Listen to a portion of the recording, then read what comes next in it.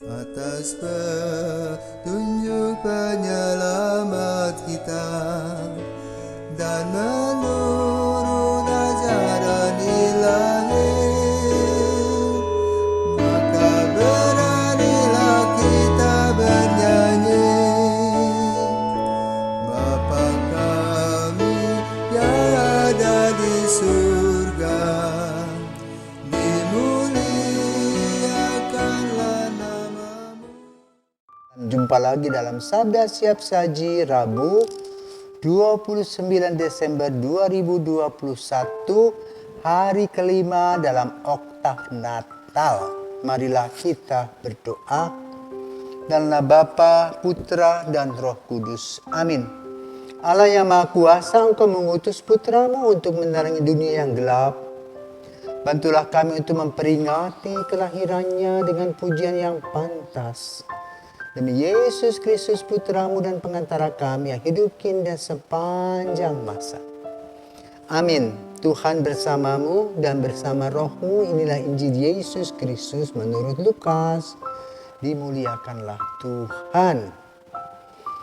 Lukas bab 2 ayat 22 sampai dengan 35. Ketika genap waktu pentakhiran menurut hukum Taurat, Maria dan Yusuf membawa anak-anak Yesus kepada Tuhan ke Yerusalem untuk menyerahkannya. Seperti ada tertulis dalam hukum Tuhan, semua anak laki-laki sulung harus dikuduskan bagi Allah.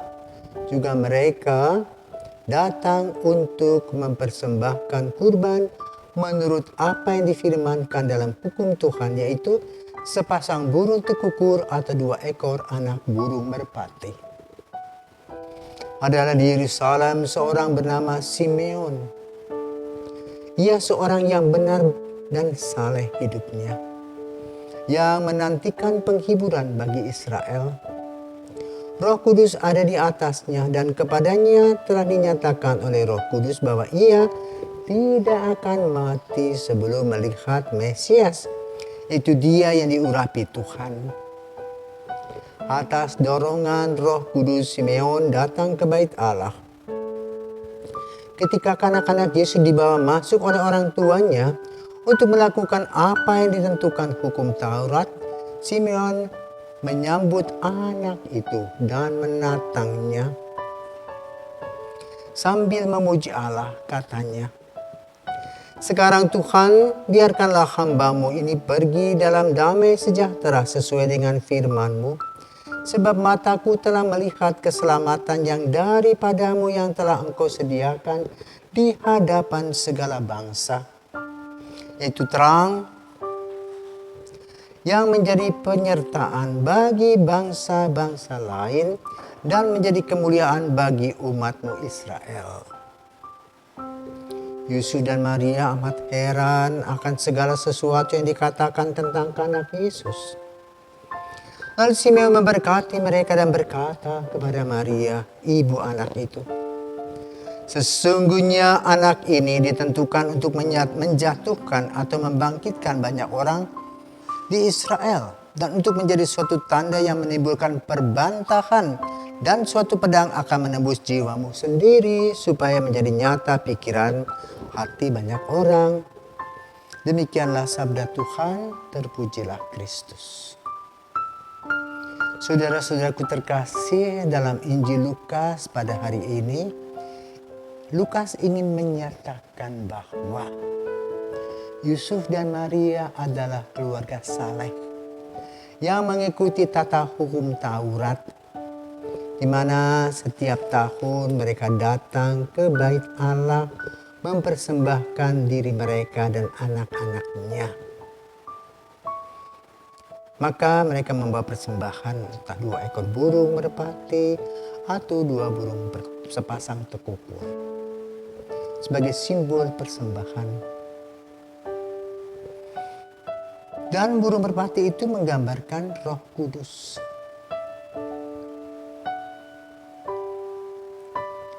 Dalam perjalanan ke Yerusalem, sampailah kemudian Yusuf dan Maria di bait Allah dan bertemu dengan seorang bernama Simeon, seorang anggota dari kelompok Anawim yang menantikan kelahiran atau kehadiran Sang Juru Selamat. Maka ketika Simeon menantang Yesus, betapa bahagianya dia karena dia mendapat nubuatan bahwa inilah anak yang akan menjadi Sang Juru Selamat. Maka kemudian dia sambil menatang, dia mengatakan dengan sukacita. Apa dikatakannya? Biarkanlah aku pergi selama-lamanya, karena aku sudah puas. Aku sudah bisa menggendong Sang Juru Selamat. Dan itu yang kita kenal dengan Skidum Simeon. Sekarang Tuhan, biarkanlah hamba-Mu berpulang dalam damai, sebab aku telah melihat keselamatan-Mu. Dan ini biasa kita doakan pada doa malam atau komplektorium. Yang pertama tadi, Yusuf dan Maria dikenal sebagai orang beriman yang saleh, yang datang ke bait Allah, membawa anaknya dan mempersembahkan putranya. Tetapi apa terjadi? Maria dan Yusuf terkejut dengan kata-kata Simeon. Jadi berkat yang diberikan luar biasa. Mereka bisa melihat bagaimana ke depan gambaran Yesus yang akan di satu sisi memberikan kepada orang-orang lain pembebasan, kepada orang-orang yang benar dan baik, tetapi di lain sisi memberikan kebingungan karena orang-orang yang duduk dengan tahtanya harus rontok dan runtuh, sehingga melahirkan perbantahan. Lalu yang kena dari situasi itu adalah bukan hanya Yesus secara pribadi, tetapi Maria juga. Maka dikatakan 9 pedang akan menembus jiwamu sendiri. Maka di dalam Injil pada hari ini, selain menggambarkan kesalehan keluarga Nazaret, mereka melihat nubuatan ke depan apa yang akan terjadi. Tentu mempunyai sebuah harapan ke depan. Hal-hal yang positif sebagaimana kita pun juga sebagai keluarga dan sebagai seorang pribadi berharap agar hidup kita mendapatkan terang. Namun di tengah-tengah terang ada kegelapan. Maka kita perlu menggunakan teori SWOT, di mana kita mempunyai kekuatan, kelemahan, peluang, dan hambatan. Sehingga dengan demikian hidup kita selalu diawasi oleh satu keseimbangan dalam hidup. Maka lalu kita harus membuat keseimbangan itu dengan diri kita yang mempunyai karakter. Untuk tampil, untuk berpikir, untuk melakukan hal-hal positif. Sehingga dengan demikian kita akan bisa menikmati. Ketiga, Simeon meramalkan anak ini. Maria menyimpan semuanya di dalam hati. Kalau kita mungkin heboh, maka dari peristiwa ini kita harus belajar tutup mulut, membuka hati kepada Tuhan. Agar karya-karya penyelamatan yang Tuhan berikan kepada kita, betul kita nikmati setiap saat. Dalam proses jatuh bangun, dalam rasa syukur dan rasa khawatir serta takut. Juga harapan-harapan pada hari esok.